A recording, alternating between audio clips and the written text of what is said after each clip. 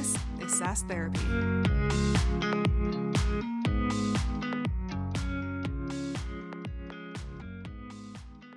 Hello, everyone, and welcome to another episode of SaaS Therapy, the show where we help you save your most important business relationships, your customers. I'm your host, Todd Kirk, and I'm joined today by a special guest, Sean Adams, who is the VP of Revenue over at IORAD. Sean, welcome to SaaS Therapy. Glad to have you here, my friend. Todd, it's great to be here. Thanks for having me. Looking forward to this. Oh, I'm pumped about it too. You know, I noticed the first time I met you that your office has this amazing, photograph of a Jeep driving on a beach. And I need to know some history there. Is that a photo you took? Is that a photo you were in? Or is that just a cool piece that you found at Anthropology and thought I needed to have it in my office? I need to know. My icebreaker. Yes, my background by default is how almost all of my Zoom calls happen. We do like our Fathom call recordings, and there's always a snippet. The couple first lines are just like nonsensical things about whiskey or golf or the picture in the background, because people always start there. My wife is a huge interior designer, and so she this is like her passion project, and she sees me locked up in my office 12 hours a day. So she's like, if you're going to be stuck there, let's at least make the background look good. So that picture is actually one of our favorite vacation spots in Martha's Vineyard. We did a beach. We rented a car and drove on the beach there, and she got a photo of me driving in it, and that's the background reminder to, when things are getting stressful and we're talking too much about customer education, you can pretend like you're on a beach, or it looks like you're floating on one at least.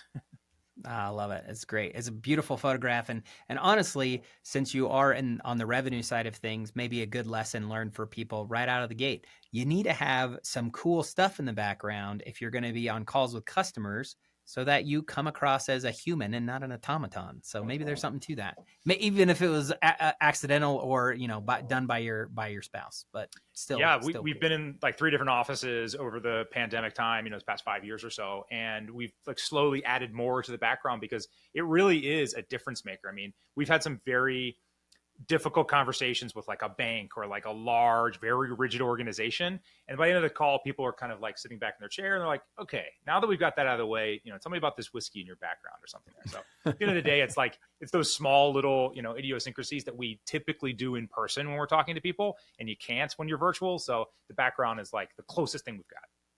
I know, it's true. And it's funny. I think about back in, because I don't know a ton about your background, Sean. Maybe before we dive in, you can tell me a little bit more. But I started my career in professional services, and I was on site with customers all the time, traveling around the country, being in person. It's a very big different experience when all of a sudden now, especially post-COVID world, it's like even more just constantly everything is all virtual. So, but yeah, maybe for the benefit of the audience, tell us a little bit more about your background and your road about where you got to where you are today. Sure thing. Yeah. So definitely unconventional background to get into the SaaS space. So I actually started the very first part of my career, about the first 10 years. I actually owned some small businesses. So I started a small landscape construction company when I was in high school, and just never stopped kind of building that up into a home service brand.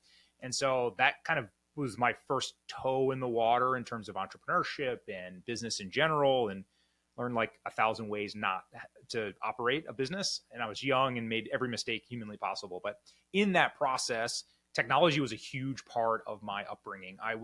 This was like right around very early cloud days. And I started to see that there was a huge shift and transformation from the digital standpoint was going to be massive in this industry. So I was on the cutting edge of like, hey, I just want to learn how to not be behind on this kind of thing. How do I weave in tech wherever I can? I got so obsessed with it that I ended up having an opportunity to leave my construction company, and I started doing like light consulting work, and I was helping other small businesses to bring in software and adopt some of these pieces of technology and kind of set those up. Didn't know that was like a real industry or something that people did. And then as I worked my way through initially doing like implementations for one software company, moved on to another one, and was just kind of being a freelancer.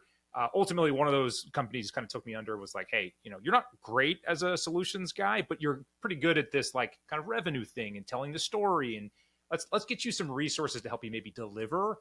And then you can help work on the revenue side and maybe a little bit more of the sales side. So came internal for one of those SaaS orgs and been working my way up into a number of different SaaS companies, from a individual contributor and now running a sales team here at IORAD. Very cool. That's actually pretty I would say that's a unique path. I mean, you said it yourself when you first started, but like, I would guess there's a lot of people who listen to our show who maybe are stressed because, like, if you're in CS, you might be being pushed more and more and more to sale. And so there's hope. You could originally be a contractor and then become a, VP of revenue one day. So that's really great. So, I guess one of the things that I'm curious to get your take on, obviously one of the other things that our audience probably should know about you is that you run your own podcast called The Adoption Curve. And so, how did you get? Why the adoption curve? Why is the start there? And kind of help our audience understand a little bit more about that show and why you started there. For sure. Yeah. So just categorically to kind of set the stage here. So IRAD's an interactive authoring tool primarily used for documenting how-to process step by step. Started really in the L&D space. It gets used about 40% of our audience is external customer education CS folks who are using it to document click by click paths and process documentation. So what we found is, initially we were solving some problems for, not having to do screenshots, not having to write long-winded documentation for knowledge bases and these sort of things. Quickly, we realized, and I've been here 4 years now, that there was really a much broader initiative to organizations that needed to drive home some level of transformation. It might have been a new ERP that leadership bought. It might be an acquisition that just happened. It might be a tech company who's trying to drive adoption of their technology. There was always this gap between current states and future state, and like how we actually drive usage and overall just success with getting people to adopt whatever that particular initiative was, whether it was tech or otherwise. And so we started the show really to, as you do here on yours, give a platform to bring our customers, our ecosystem, together to sort of talk about best practices for driving home change, driving home management of big initiatives, what adoption looks like down to the granular level of maybe a play or a piece of content, all the way up to the strategic level of like, how do I get buy-in at the top level down? So we really wanted to sort of raise up those conversations. And that was really the initial impetus for the show. Nice. The one of the things that I think I've noticed for now having to work with customer education people for a long time is the fact that a lot of them really struggle with knowing. I mean, they might be really creative, right? Or they like to build things, so they'll come in and they'll build a really cool experience they're really proud of. But they struggle to know how to actually showcase if they're actually having an impact inside of the business. And most of the time it's because the only data they have is like somebody watched a thing and that's it. And so it's like you put yourself in this position where they get bounced around. So like where if they live under marketing or they live under support or they live under success, so if they're under marketing, maybe they have to figure out how to get prospects to go through education so that they get some qualified leads that come from an effort. If they're in support, they're trying to figure out how to reduce the cost of the support system. If they're in CS, they're trying to figure out how to increase renewal rates. But in every case, usually the only data point they have access to is somebody watched a thing, and that's not good enough in most cases. They're dealing with this gap that they see between the content that they create and the impact that they're trying to have within the organization. I'd be curious. I want to get your stake on like what is it that you think people should be trying to measure to know if they're really having an impact? Yeah, one of the things that we really have been trying to tease out of our ecosystem is understanding that exact message, right? And when we zoom out a bit, it typically comes down to like, okay, first, what are we actually trying to accomplish with said initiative, project, implementation of a software, whatever it happens to be?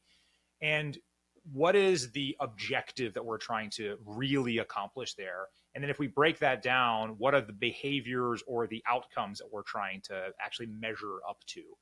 So for example, let's say it's a CRM type of tool. Maybe we're trying to improve a conversion rate, or we're trying to have better visibility and reporting into our sales process, for example.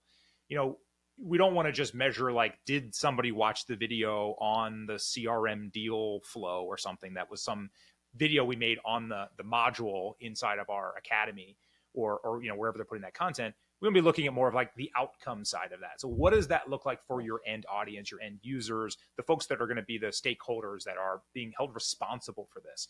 So a good place to start is also like asking and doing the research to learn what your users plan to be measured on. Like, what is the user going to be hired, fired, or promoted over? And if you can tie it near that outcome somewhere, this helps you to look at like what you can tie value to for your product or service versus the like, oh, I checked the box and it's an efficiency gain, or like they watched the video or they logged into the portal.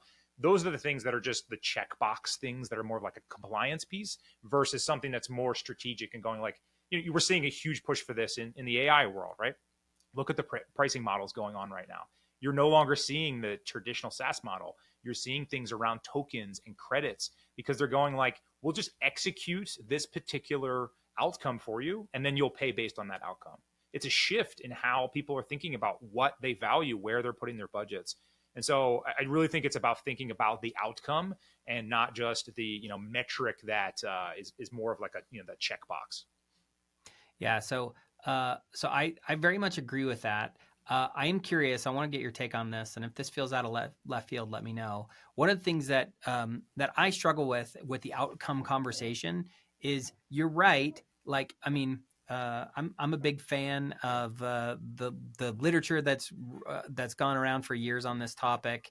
You don't buy a drill, you buy a hole is kind of the idea there. Yeah. But that's true. But one of the things I think that we struggle with, or that SaaS I see people really struggle with, is the fact that, like, in a consumer product, you know what you're buying. Like, I know I'm buying a drill, and I know the drill gives me a hole. But a lot of times with SaaS, the outcome is like, I can promise you the outcome, but it's hard to know how I'm going to get that outcome. And so what I'm curious, and especially if you run into this at all in your space, like SaaS can feel any solution, whether it's AI, and regardless of how you price it, it can really come across as like, well, it's like, unless it's a CRM system, because everybody knows what a CRM system does. Most software categories are really fluid. They're made up, and nobody knows what they are because they're not tangible.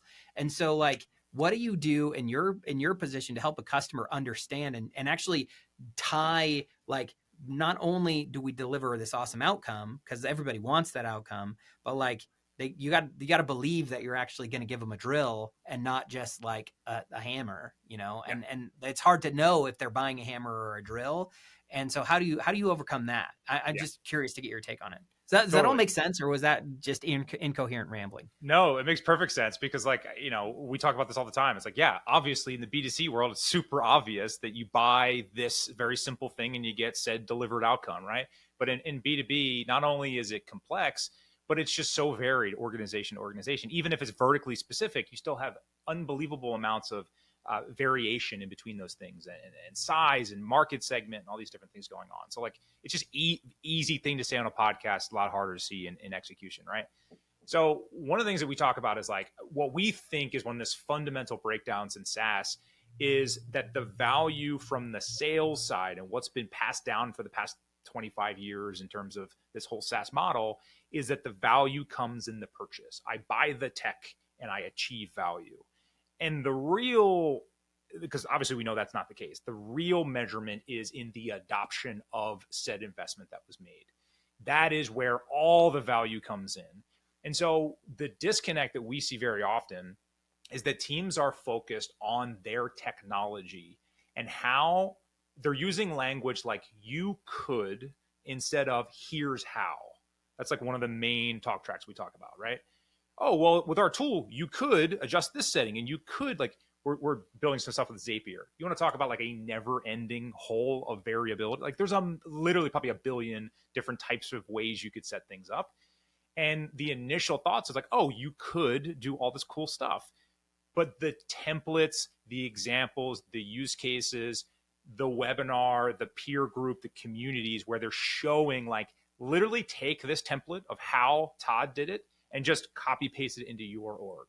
Now, you might have to adjust it. You might have to do this, this, and this, but you will make that fit your outcome because you know what that outcome is. Like, how are you going to be able to drive that home at the deep level for your customer? Probably not in a really obvious way. But if you can give them 50% of the information, a template, an example, a really good case study that's not just fluffy, but like something that feels tangible, said org did said thing with our tool, that feels very much closer to like you being that professional service consultant to help them deliver an outcome versus like, oh, well, yeah, you could do that. Like, let me show you that. And then it becomes a tour guide experience, them walking you through buttons and features and, modules.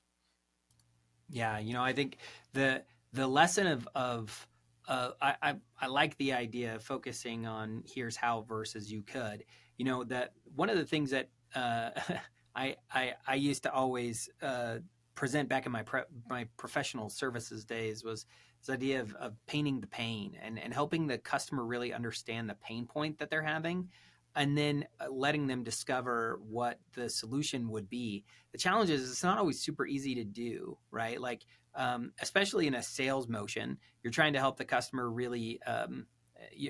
So often the customer knows that they have a problem. They want a solution to it, and if they know they have a problem and they want a solution for it, they oftentimes have already designed out in their minds the RFP. They've got all the specs and the requests of what they want your software to do.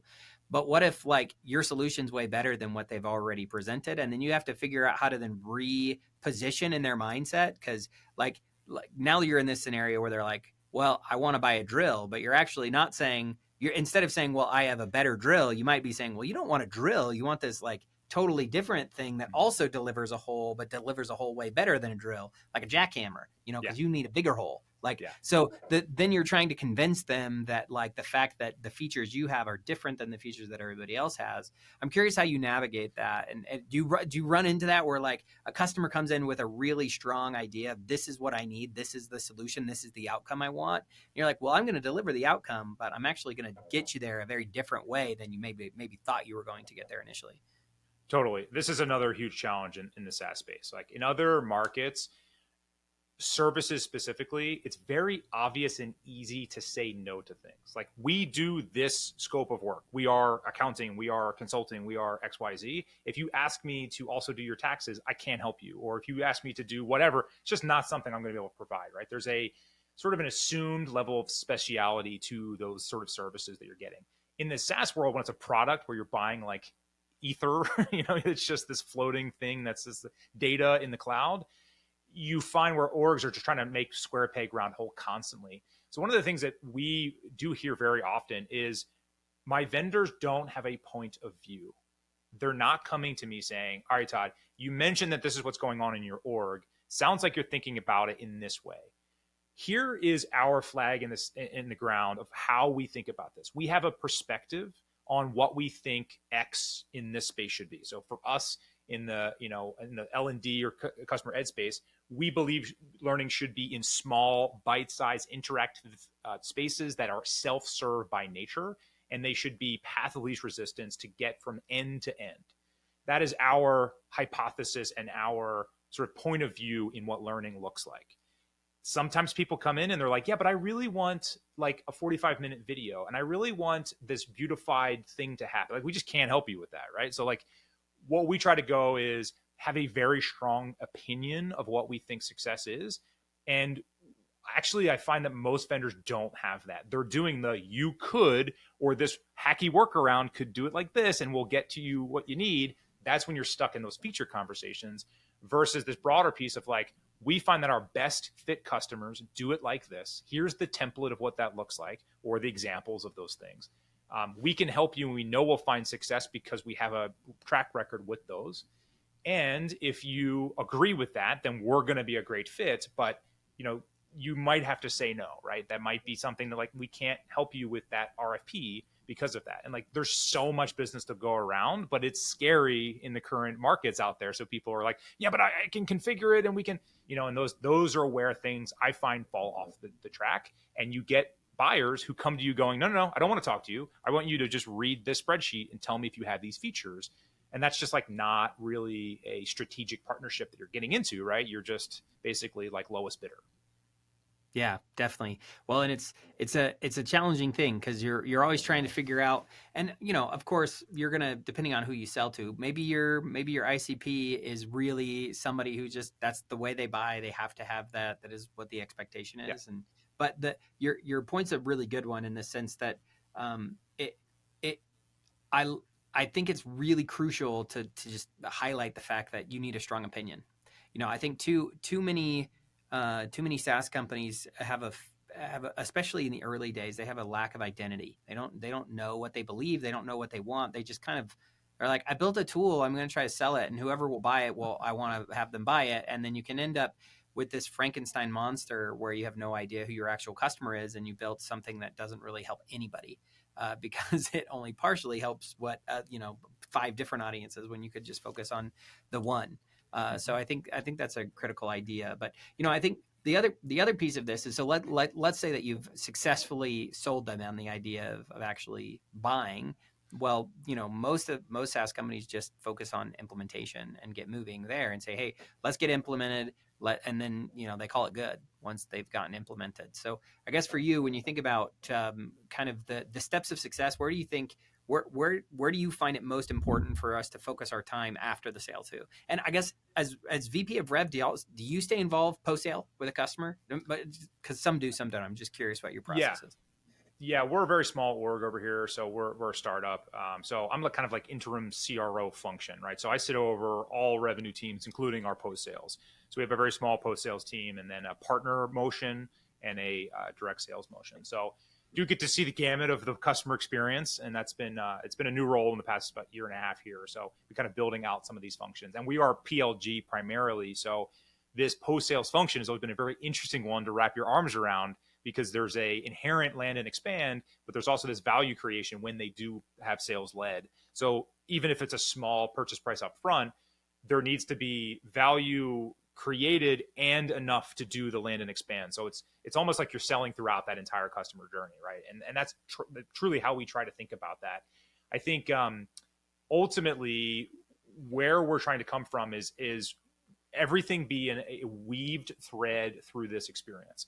What I mean by that is saying, like, okay, if I'm running discovery in this way, and we've identified that these are the outcomes, or these are the things the customer is interested in, and they have this initiative they're running and this piece of technology they're implementing, and this is the thing they're going to get hired, fired, or promoted over. And we are going to try to get them to success as quick as we can in that first implementation. But through that process, especially with AI now, and like call recorders and the researching that we can do now, it's so the time to value can be so much more impactful for us to do a bunch of, I call it free work because I don't have a better way to do it, but it's basically this way of doing free consulting, right? So like, we'll get into some calls with our customers and we'll generate these account briefs where we'll go, okay, Todd, like, we're going to hop on this call. You've given me some information. I fed in our transcripts from our past couple of calls, and I did some outbound research, basically just LinkedIn and deep research with the AI tools. And I've generated like some hypotheses on where I think we might be able to help in these other areas. Could be totally off base here, but I thought maybe this would be a useful way for us to spend this next check-in. Now that you've like checked the first box, which was, implementing a couple of users and finding early success, right? Like, how much more inviting is that of an experience versus, okay, so like, how can I help you? What can I do for you here? What questions you have for me? Like, people, you're putting the onus on the other person, right? And there's just like this lack of empathy that we have in SaaS, where we're just going like, well, the customer needs to figure out how to use our tool for their need. And it's like, sure, there's a level of that, but if you just bring in those templates, if you bring in some suggestions, you could be 80% wrong. Like, you just laid out a bunch of expectations and perspectives and you totally missed the mark.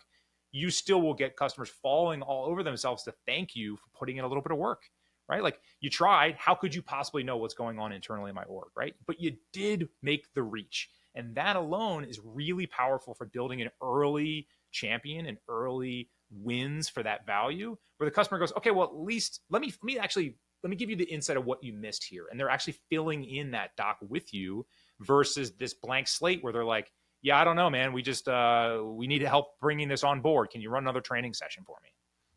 Yeah, I think that it's a really good call out. One of the pieces of, so one of the things that's been unique about my position for the last few years is we Brainstorm works really closely with companies that buy software and the companies that sell it. So as a result, we're we have relationships on both sides. And one of the things that I think a lot of SaaS vendors fail to recognize is that their point of contact, like especially if they sell into IT, which, I don't know that you do, maybe you do a little bit, but most SaaS companies sell to IT, especially in a B2B context. And so their champion likely has dozens of CSMs who want their time. And each of those CSMs who are trying to get on the phone with them think that they're like that the customer's world revolves around them, and usually it doesn't. So the bad part is when you come in there and you ask the customer, what do you know, how can I help you today? You just took time away from them that they could be focusing on accomplishing the rest of their job. So like you're just a time suck. And so as a result, most CSMs really struggle to get meetings with their customers when they take that approach, because of the fact that you're one of like at least a dozen, probably more, that want the attention of the customer. Yeah, absolutely. And the thing is, there's no proactivity there because the IT team may be the key holder in terms of like admin privileges and things, but they're rarely the end user, right? They're not rarely the Mm-hmm. person who's like actually the one behind the scenes finding value in the tool. So you are literally on a list of other vendors sitting in procurement somewhere. So I'd be really curious from your perspective, Todd, like what you recommend in those cases in terms of kind of building a little more rapport with IT. I've got a couple of ideas, but I'd love to hear your thoughts since you probably see this more than anybody. Yeah. Well, I mean, it's interesting because the IT professional, most of the time we're in a little bit of a unique seat, I guess, in the way that we support them, mostly because we usually are helping them with initiatives that they really care about. So our system is not, we're not really selling our system. We're selling something that is related to something that they care about. So it's a service around like we just purchased a bunch of licenses to this Microsoft solution and we don't know what to do with it. And so in that scenario, it's like, oh, well, let's help you build out a change management campaign. We'll run it all, so you don't have to worry about it. And so in their minds, it's a big relief. So like I totally relate with the idea of like have a solution that matters with the outcome. But the thing that's interesting, at least, is when you think about the buyer, especially an IT buyer, if you're selling in that space, most of the thing that they struggle with is they think their users are dumb. And because, you know, IT people are usually pretty smart. They usually got really great grades in school. They self-taught themselves how to code PowerShell or Python or something that they feel really proud of. They hate talking to people, but then they're put in this position where they're expected to provide value to the organization. And most IT professionals view themselves as a cost center because they're an expensive element of doing business. And so a lot of IT pros are always worried that they're not providing value to the org. And so as a result, they're afraid that they might be on the chopping block. So you have to understand, A, they oftentimes don't like people very much, and B, they just don't want to be perceived as like a weight around the business. They want to be viewed as an enabler. They want to be viewed as somebody who's moving and shaking and is strategic. Yeah. And in order to do that, they need to have some level of proactivity, but that's not something that they really know how to do. So at least from me, where the IT buyer is like, yeah, absolutely. You need to come in and understand who the persona is and then figure out what are the things that they actually care about, and then focus in on those things that are going to help them. And one of those is going to be take a bunch of menial tasks off their plate so they don't have to do it. Make sure that if someone is going to be educated, that they don't have to spend the time educating them.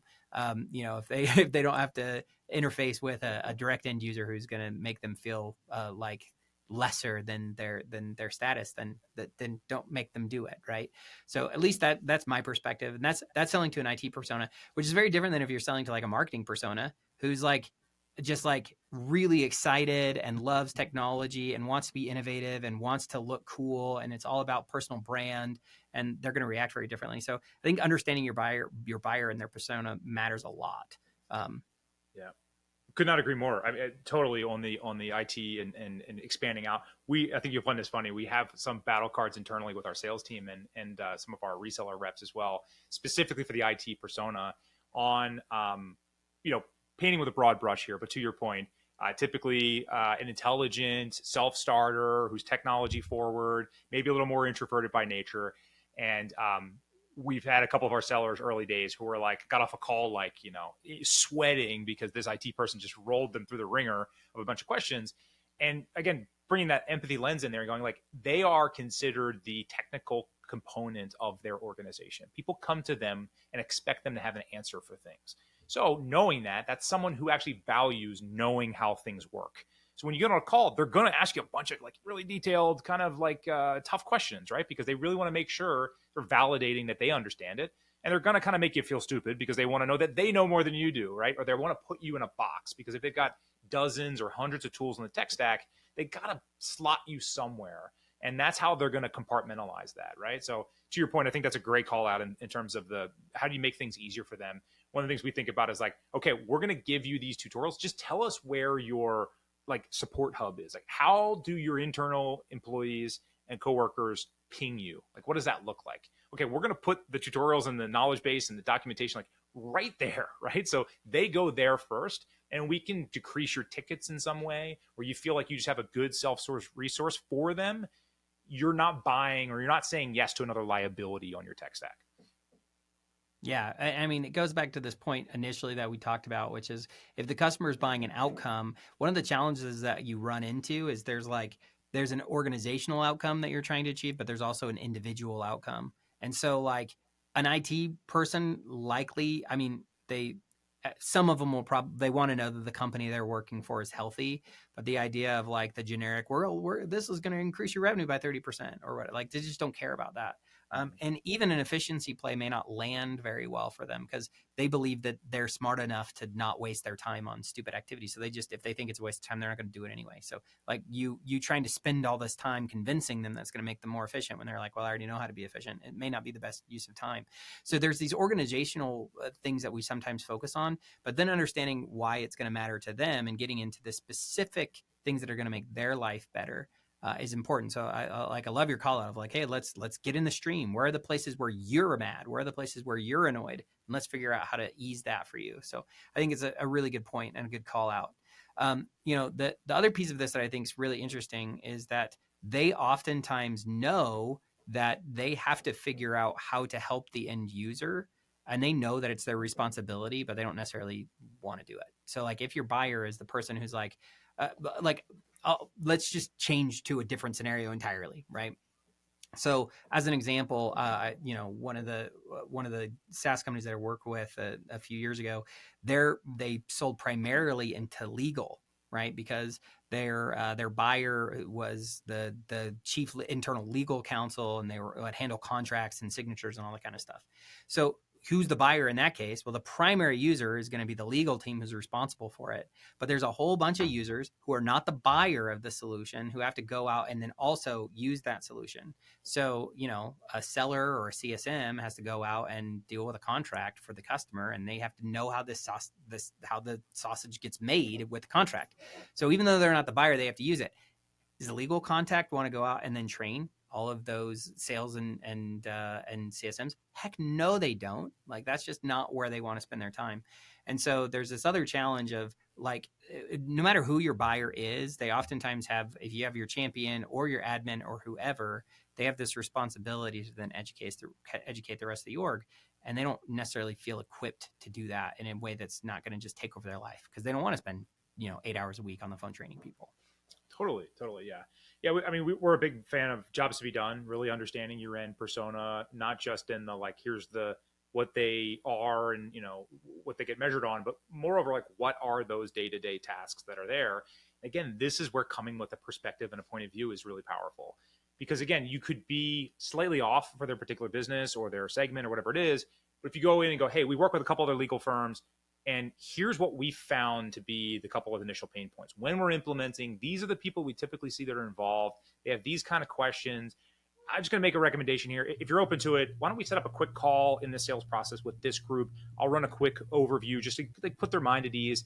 It might not come up now, but it's going to come up. So we'd rather just stay ahead of it. That is that guidance and that consultative way that you're bringing this in here, because the people who are purchasing your tool, it could be the first time they've ever had to go through that process, right? And I'm sure you guys see this all the time where the vendors are like, I don't understand why they don't get it. And the buyer's like, I don't understand why they don't get it, right? And there's this big, kind of speaking two different languages, or like it's a Spanglish situation where there's like just enough to get by and the people don't really know what's happening, but you feel like they should know. And like that enough to be dangerous gets really, really painful, especially as you get down to like a big decision where there's, a big amount of money on the line, or a big, set of people who are responsible for it.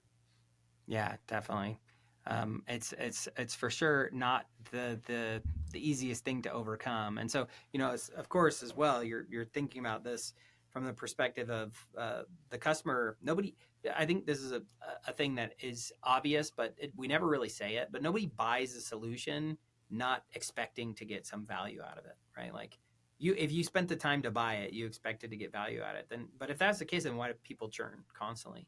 And it's mostly because they didn't feel like they got the value out of it, or they feel like they've already extracted all the value and they can't get any more in the future. So you have to figure out how to overcome even that barrier too.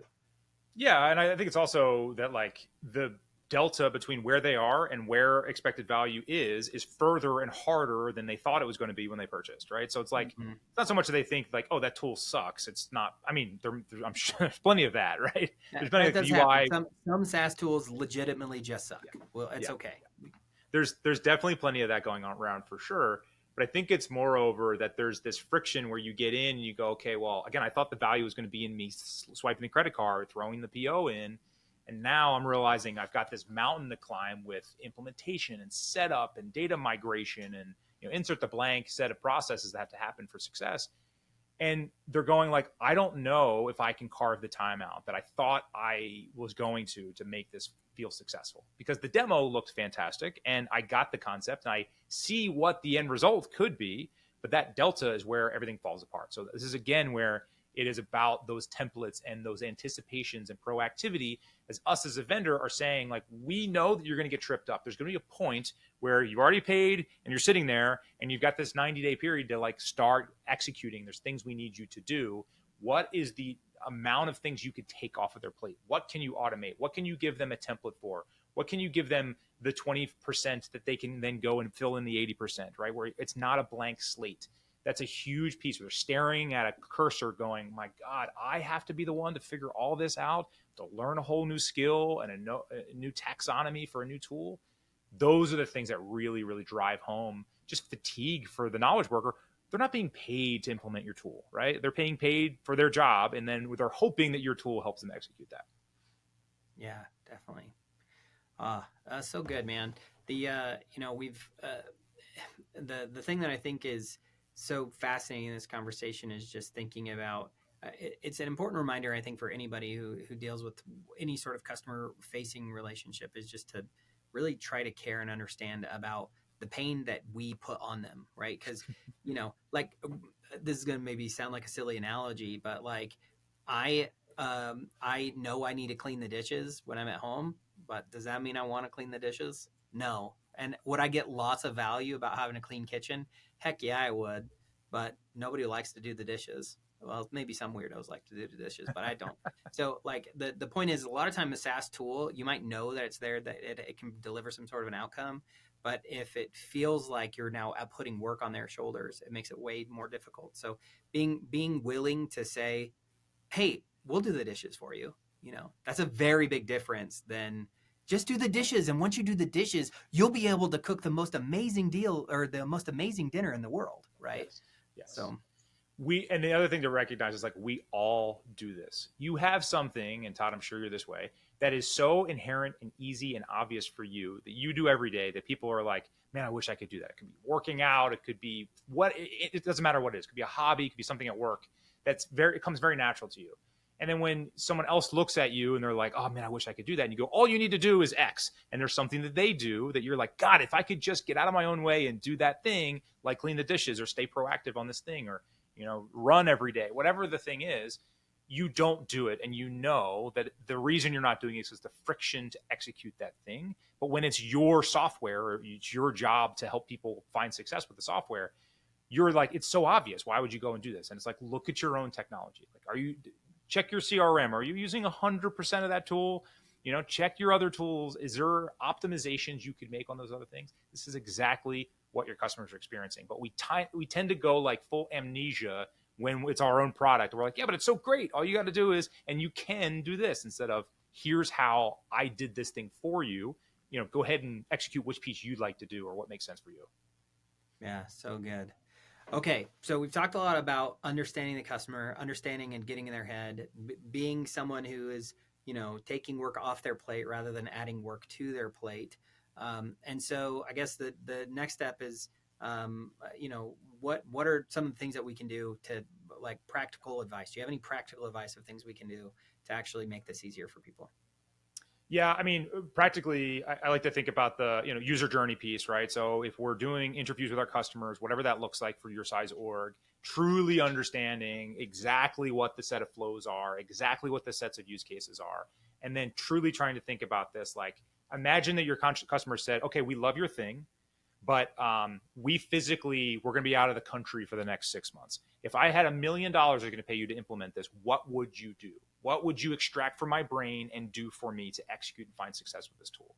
Right? If you can work backwards from that, you can probably find some version of onboarding guides, templates, examples, deeper videos, content, flagging, product tutorials. There's a bunch of different things you can do that'll get them closer to feeling what value would look like. Maybe there's an implementation or a migration or something you can do. Is there a script that can be written? Is there an AI prompt that can be done? Is there we've done this with a couple of GPTs. We just prompt built a library of these things that we know customers struggle with when they get started with a tool like ours. Hey, might not be relevant for you, but just right here, here's a library of this stuff. If it's relevant, just copy paste, throw these in your AI of choice. It'll help you get started with a couple of these sort of things, right? So now we're practically giving our users those feelings that we're a partner in this with them, right? And I know this is redundant in what we're talking about, but I can't stress this enough because we've implemented dozens of tools and I've been the admin of them, and this never happens. Never get somebody who's in the inbox proactively suggesting the next thing to do. It's always like, hey, your renewal's coming up, or whatever the next checkbox is for them. So I think the practical advice here is get to know the user flows, figure out where we can reduce friction or take something off their plate. AI is great for this. Again, you can be 50% correct. It doesn't need to be the best thing in the world and absolutely polished for them. It can be done quite quickly now with AI. You can produce something to get them a little bit down the road a bit.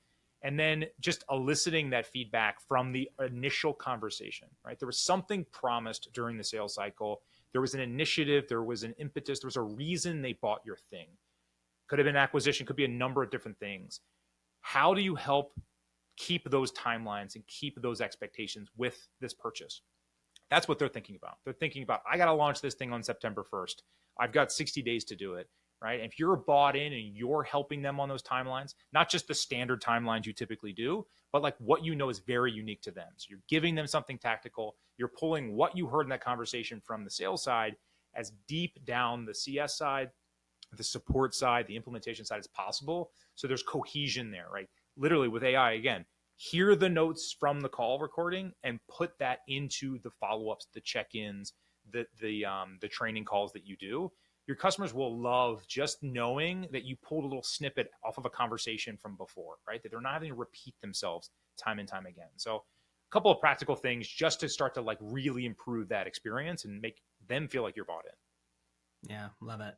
My guess is people who have been listening, there's probably some folks who feel a little bit guilty, like maybe they're the ones who are not necessarily thinking about the needs of the customer and how to help them get over the adoption problems that they have and make their life easier. That's okay. This is therapy. That's why we call it SaaS Therapy. So, Sean, what we do is you've acted a little bit like the therapist today. And so our last question that we always ask people when they come on is, if you could get any good therapy session, it always ends with homework, right? There's an assignment. There's something you got to do. You're going to be better this week, right? So if you could give our audience an assignment, something they could do better as a result of this conversation, what would your homework assignment be? There's a great little quote that's from the founder of Airbnb. I can't remember his name at the moment, but he talks about this concept in very early days of, okay, what would a 3-star experience be for my customer? What would a 5-star experience? And he goes up this value chain of what would absolutely, utterly melt their brain as an 11-star experience? If the budget was out of question, I could just do anything for them. There's a version of that doesn't cost a lot of money. If you can just pick a customer, it doesn't have to be one that's problematic or one that's easygoing. Just find somebody and figure out what you could do that they didn't ask you to do. We call them non-asked outputs. What would be the thing that would be in their inbox that they'd be like, God damn, that is awesome. I can't believe you put that together. There's no reason for you to do that, but you did. You gathered resources or you connected them to somebody. It could be something personally that you know about them from their background or something, or it could be something very relevant to the work that you do together. But just pick something to wow them. And then once you start thinking through that lens, it's all right, what's that 10-star experience that I know they're not expecting? begins to shift your mindset into like, okay, what I can always be a little more proactive. There's always a little more prep. There's always one more thing I can do. I find this exercise is helpful for you to think about getting closer to that being like standard practice. Love it. I'm going to steal that. The non-act output. I like that. Now, NAL, got to go get your nows done. Get your nows done. So, Sean, this has been great. Thank you so much for joining us today. If people want to get in touch with you, what's the best way for them to reach out? Yeah, LinkedIn is usually the best way. I try to put some content up there wherever possible. The Adoption Curve is our podcast. We try to, put a lot of these concepts out there for the audience as well. IRAD.com is where we share the rest of our resources. Oh, fantastic. Well, thanks for joining us, my friend. And, for everybody else out there, make sure that you go and figure out how to heal all your relationships with your customers by doing the nows. It's going to be great. Just starts with one. This starts with one. Thanks so much, Just Todd. start with one. I love it. Thanks, Sean. Thank you. SaaS Therapy is brought to you by Brainstorm, the SaaS platform for SaaS adoption. Learn more at brainstorminc.com.